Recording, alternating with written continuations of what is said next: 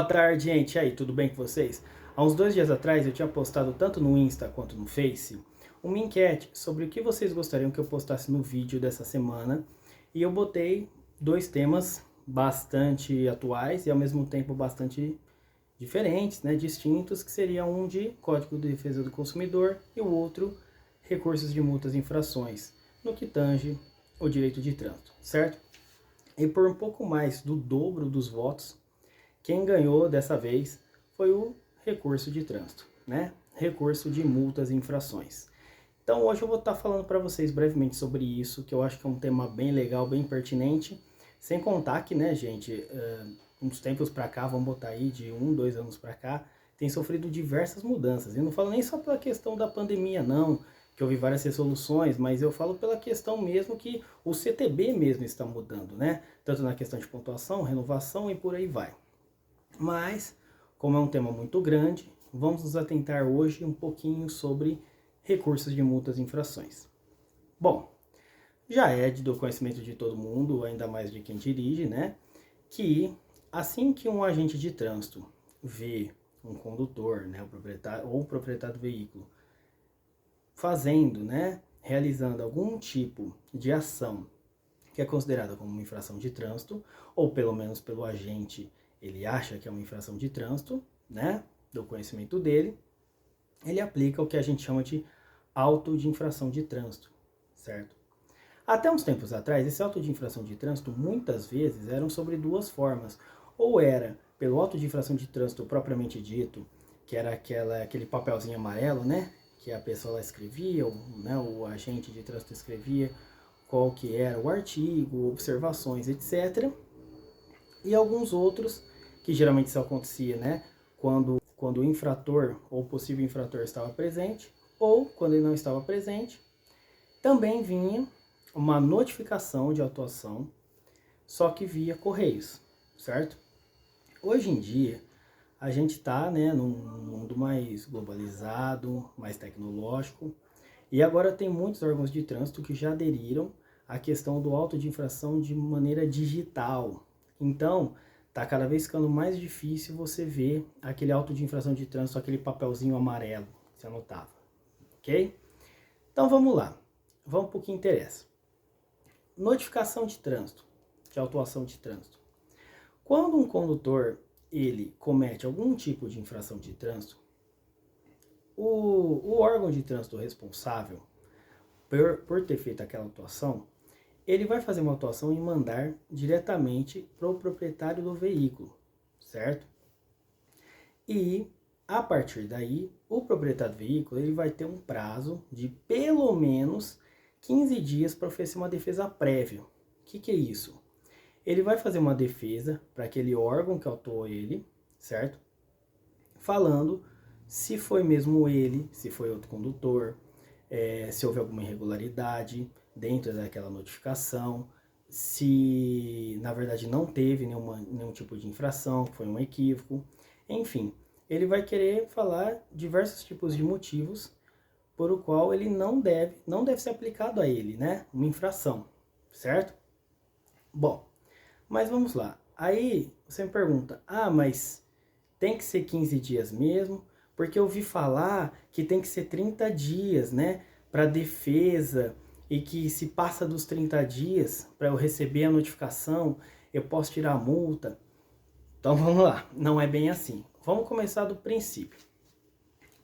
Pela resolução 299 do CONTRAN, que é o Conselho Nacional de Trânsito, a gente consegue reparar o quê? A gente consegue reparar que, na verdade, o órgão autuador de trânsito, ele tem 30 dias para expedição da notificação de autuação. Ou seja, ele tem 30 dias, vamos pegar aquele exemplo dos Correios, que é a cartinha para o Correio. Ele tem 30 dias para mandar para o Correio entregar para você. Então, se você pega uma notificação de autuação e lá está escrito que a data de expedição está dentro dos 30 dias da infração, ele é válido. Quer dizer que, por exemplo, teve uma greve dos Correios, demorou 3 meses para entregar essa notificação. Ok, mas se a notificação chega e está dentro daqueles 30 dias da infração, não interessa. Essa notificação foi válida e você vai ter que responder por ela. ou indicar outro condutor, enfim, certo? Perfeito. A partir daí, vem a notificação de autuação. O que significa isso? É uma notificação que ela vai falar a infração ou a possível infração que você tenha cometido. Ah, mas não vem o valor da multa, a pontuação? De fato não, porque essa é a primeira vez em que o Estado, né, que o município, enfim, ele vai estar te falando que você cometeu uma infração, mas não que você vai ter que pagar uma multa agora, ou que você tem uma pontuação. Ele te está dando a oportunidade de você indicar um outro condutor, ou de você realizar uma defesa, oferecer uma defesa. Ou até, se você acha que realmente você fez aquilo e merece pagar uma multa, espera vir a notificação de penalidade para pagar a multa. Que aí você vai ter até um desconto, né? Se você paga a multa antes de vir até essa penalidade, você vai pagar 60% do valor da multa. 80%, perdão, você paga 80% do valor da multa. Agora, se vem a notificação de penalidade, você não quer se defender de jeito nenhum, quer pagar multa, você pode pagar até 60% do valor da multa, certo? Então tá. E, como eu falei, o prazo para você realizar essa defesa prévia, essa primeira defesa, são de 15 dias no mínimo. Significa que se vier uma notificação de autuação, uma notificação de penalidade, e fala que você tem 30 dias, 60, 90, ok. Não sendo inferior a 15, tá tudo certo. Beleza? Então vamos supor que você, de fato, você foi o condutor daquela infração que está te impondo, né? Que o órgão está te impondo. E agora você quer fazer a defesa. Ok. Você primeiro vai realizar essa defesa prévia, certo? Que aí você vai falar todos os aspectos que você acha pelo qual aquela multa, aquela infração é indevida. Perfeito? Se for indeferido esse tipo de defesa sua, você pode recorrer a uma outra instância, por assim dizer, que é a JARI, a Junta Administrativa de Recursos e Infrações, tá? Nessa junta, você vai ter um prazo de 30 dias a partir da notificação que o seu recurso foi indeferido, ou seja, que aquela sua defesa prévia não foi aceita. Você tem um prazo de 30 dias para interpor recurso contra a JARI, certo? E se ainda assim não funcionar isso, você pode recorrer ainda a uma última instância. Mas qual é essa última instância? E aí começa a questão. Olha, veja bem. Na defesa prévia, você faz a defesa no órgão que autuou, certo? Na JARI, é para a JARI. Agora, quando se diz um recurso contra a JARI para rever o posicionamento da JARI, você vai depender muito do órgão autuador que te autuou. Então, se o órgão que te autuou for um órgão municipal ou estadual, você vai, tirando o Distrito Federal, porque também tem esse caráter um pouco estadual, você vai interpor um recurso no CETRAN, que é o Conselho Estadual de Trânsito. Se você foi autuado por um órgão de trânsito do Distrito Federal, a parte, então você vai agora fazer um recurso no CONTRADIF, que é o Conselho de Trânsito do Distrito Federal, certo? E se você foi autuado por um órgão da União, do qual você tomou uma penalidade de suspensão de 6 meses, ou está sendo acusado disso, né? Uma penalidade de 6 meses, cassação de CNH, ou uma infração gravíssima, aí você vai recorrer a quem? Ao CONTRAN, que é o Conselho Nacional de Trânsito, tá certo? E aí sim, esses últimos vão julgar, e se eles acharem que realmente a penalidade está correta, a infração está correta, essa decisão vai ser indeferida, né, por óbvio, e vai voltar à primeira instância, vai voltar do órgão autuador. Por quê? Porque eles foram julgar primeiramente somente a infração, se a infração é válida ou não. E se a infração ela for válida, de acordo com eles válida, né, aí vai começar um outro processo administrativo, que é o da multa. Vai passar pelos mesmos órgãos, órgão autuador, JARI e CETRAN, CONTRAN, CONTRADIF, enfim, vai passar pelos mesmos órgãos novamente, só que dessa vez você vai questionar a multa, você não vai questionar a penalidade, vai questionar o valor da multa, e se a multa é devida ou não, ok? Então você vê que ele é bem amplo.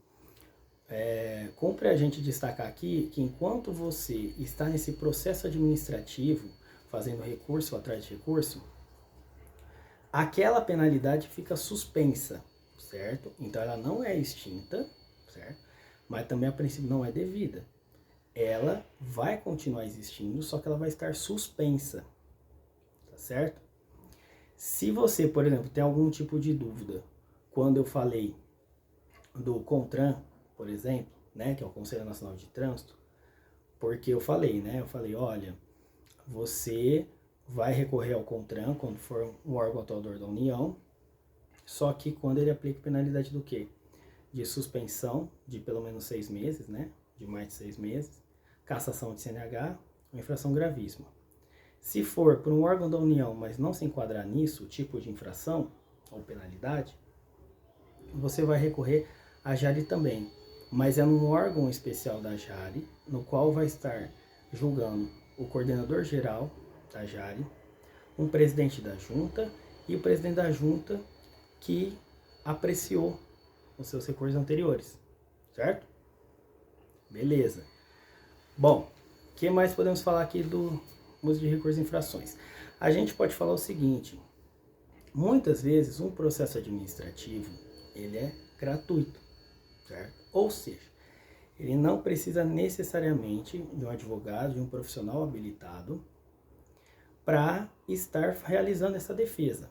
Mas, todavia, é altamente recomendável que vocês tenham um advogado especializado de trânsito para estar orientando e para estar atuando por vocês. Por quê? Porque é ele que vai ter o conhecimento necessário de todas as leis, resoluções, portarias e toda uma norma a mais que vai ter jurídica para que possa estar fazendo a melhor defesa técnica para você. Porque se você não tem conhecimentos suficientes de direito de trânsito, você vai acabar muitas vezes fazendo recursos muito fracos, recursos que não vão passar, e você vai perder tempo e vai perder dinheiro com as multas. Por que eu falo isso? Porque muitas vezes tem solução, só que por causa de falta de conhecimento você faz um recurso fraco, e aí você paga a multa. Com um profissional habilitado, um profissional qualificado, ele muitas vezes ele consegue fazer o quê? Não só a infração deixar de existir, como, por óbvio, a multa também. E mesmo se você paga a multa nesse meio tempo, a multa te volta, só que corrigida, através de índices próprios da Receita. Então volta mais dinheiro, você paga, vamos por 500 de multa e volta 600, 700 reais, por exemplo. Então é muito mais interessante ter um profissional qualificado e habilitado para isso, tá bom? Faz procuração. Documentos necessários para a defesa no geral. Você precisa da petição, certo? Petição de recurso. Você precisa da cópia da CNH, cópia do licenciamento. É interessante sim você botar um comprovante de endereço, documentos pessoais, qualquer tipo de o auto de infração, né? Cópia do auto de infração, ou notificação de atuação, notificação de penalidade, enfim, o que for o seu caso, né, por um determinado momento. E assim você pode protocolar a defesa, certo? Se você não possui aquele órgão, vamos supor, você foi autuado numa cidade, certo? E só que você não pertence àquela cidade, você está lá de passagem, foi uma viagem, etc. E você quer fazer um recurso, você pode fazer por via postal. Então você pega o endereço do órgão atuador e faz via postal, tá bom? Ah, e só mais uma coisa, muito cuidado com a questão do pagamento de multa. Por quê?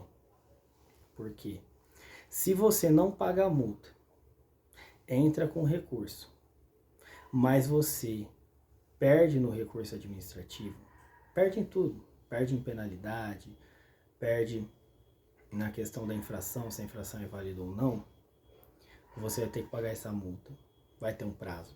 E se você não paga, vai ter correção de 1% ao mês referente à taxa Selic. Então a multa vai ser muito mais cara. Por isso que, novamente, para ter esses tipos de orientações, é sempre interessante ter um profissional devidamente qualificado e habilitado para estar resolvendo essas questões por você e não deixar você sair lesado nos seus direitos. Tá certo?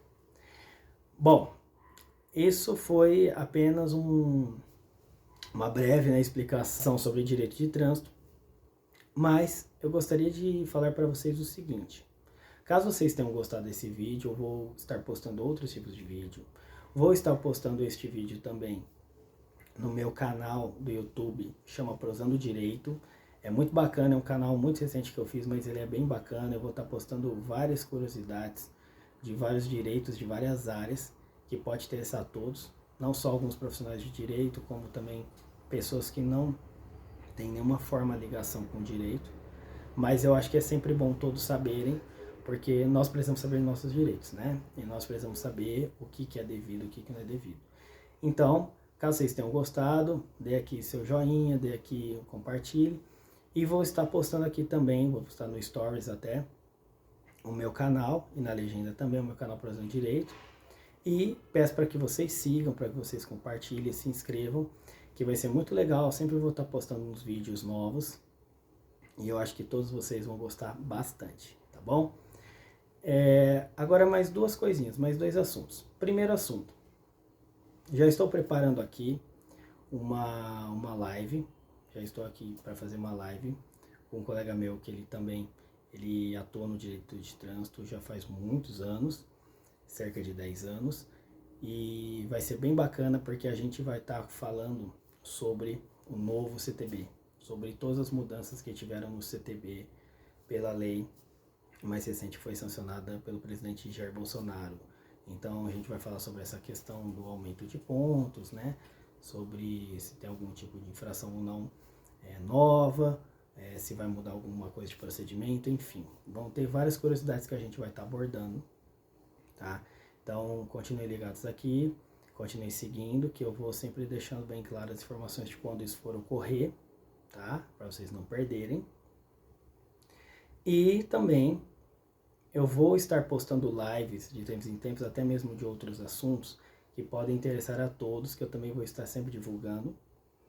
E espero que vocês curtam bastante, que vocês aproveitem bastante, porque eu acho que vai ser bem proveitoso, né? Eu acho que vai ser bem bacana a gente eu fazendo essas lives, mas sempre tendo gente interagindo, que a gente pode bater um papo bacana e conhecer mais sobre o direito e trocar novas ideias, novas experiências, tá certo? Bom, então, quero deixar aqui meu agradecimento pela atenção, pelo tempo, pela paciência. E, por favor, eu vou deixar aqui também o meu Insta, né? O meu Facebook. E peço para que entre aqui também no Prosando Direito, canal do YouTube, onde tem várias curiosidades de várias áreas do direito. E eu vou estar lá sempre postando vídeos novos. Tá certo, gente? Muito obrigado pela compreensão e até mais.